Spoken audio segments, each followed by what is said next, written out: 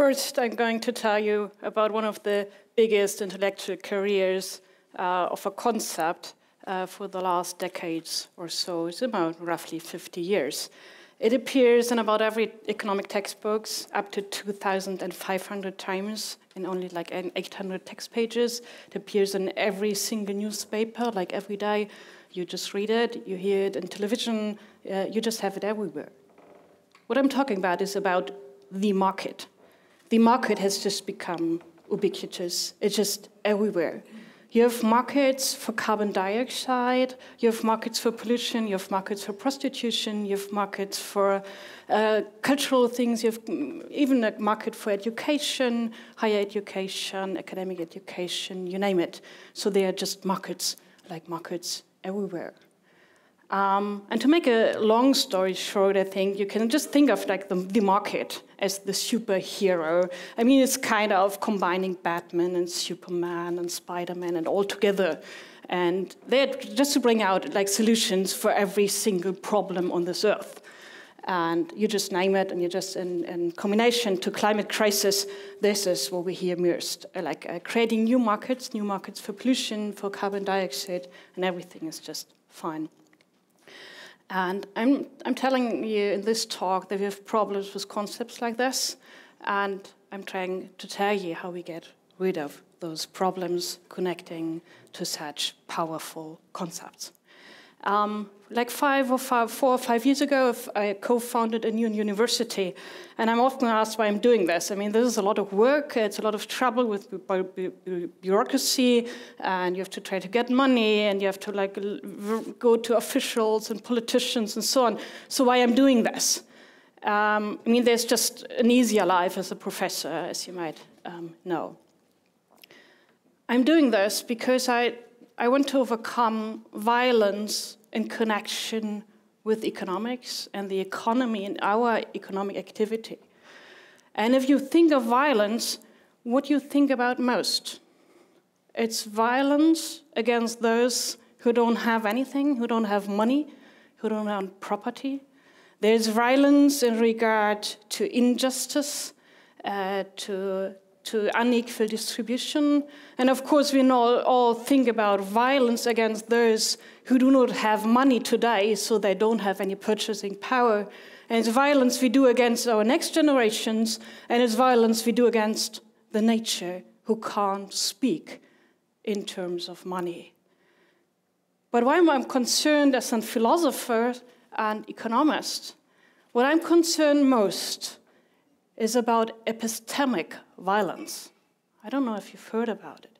Epistemic violence is the violence that is done to our knowledge structures, to the way we express ourselves, we imaginate our lives, and how we know what is worthwhile doing and the things we consider bad, things we don't want to do. Epistemic violence occurs when you force a whole tribe or a whole culture not to use their language. This is what happens in colonialism and has happened there. And there's also a form of epistemic violence, episteme meaning knowledge, like violence relating to our knowledge in economy. And this is what people usually don't know. The economy and our economic activity and the tales we tell about the economy and the tales economics tells has created one of the vast extinctions about human knowledge, about human knowing what we want to do and what we can accomplish as human beings. Why I'm telling this here in connection to the market? Because the market is one of the greatest myths that is doing epistemic violence to all of us. It's not just the poor, it's not just people who don't have property, it's not just nature, it's just all of us. It's getting to all of us. And I'm trying to tell you in a very short while how this works. So there are different tales, as you know, about the Grimm brothers and so on. There are different tales you can tell, and one is the myth, The myth is it doesn't have any factual basis, it's not connected to any real world, but it has a powerful influence as a belief system on the world. So there's no factual basis, but it influences our facts because we believe in it. And the market is one of those most powerful myths. I'm just telling you a story how it came into being. It's the story told by libertarian think tanks. And it's a story you can just, I'm not making it up, it's a story you can just read and see on the internet. It's called Pencil. And it was created by Leonard Reed, one of the most influential libertarian think tanks, Foundation of Economic Education. It's taught by the Chicago School, like Milton Friedman. It's taught in schools all around in the world and even in universities. So here we have, that's the story that's told, here we have an ordinary wooden pencil. And we use it, and I guess you use it, maybe my smartphones now. It's a story created 50 years ago. That's why it's a pencil, not a smartphone. You can just take a smartphone. It just makes it complicated, but it doesn't matter. So here it is, and I guess you have used it. I have used it. I'm left-handed, so I'm just writing with it, calculating, and so on. It's an ordinary wooden pencil. And what is miraculous, according to the libertarian thought, is that you don't know how it was created and how it came into being, and we just basically don't know anything. I mean, it's grown out of cedar wood, but how does it come here? I mean, it was just a cedar plant, like in the Northwest, somewhere in America, I don't know. You don't know anything about mining graphite, do you? Rubber, plate, so on, color. We don't know anything, basically. And this story, you can just see it on the internet. It goes on for minutes, but I don't have time for this. So there's creating a whole atmosphere of not knowing anything about this wooden pencil we just use every day. And you say, yeah, well, that's life. We use things we don't know anything about. They're just a million people connecting together to create it. And then you think, well, science now steps in and tells you what happened. But economics, in the libertarian kind of fashion, does something very different. It says, well, you don't know anything, and you shouldn't know anything about it. Because here what you see is the market at work. And it works like everyone is just working to get some money to offer a price, like the one cutting the wood and the selling the wood and creating the colors and driving the trucks and so on. And we just don't know. And so there's some miraculous things going on, connecting all these million peoples together. And then there comes the invisible hand. The invisible hand creating everything together. And it's not a hand because you don't know anything about it. It's just invisible. So here we have a science telling you that you shouldn't know anything, but you should just believe and trust that there is behind the mechanism, the price mechanism, there's something uniting us to something good. And Friedrich August Hayek has created this, and this is what we call in Germany neoliberalism and in the US libertarianism, has created something out of it which you can call a modern religion. He's created something out of it. They say, well, you don't know things. You shouldn't know things, and you should not pretend to have knowledge. You should just believe in the invisible mechanisms of the market. Sounds familiar to you in some way? Yes, it does. It's some kind of religion like 200 or 300 years ago.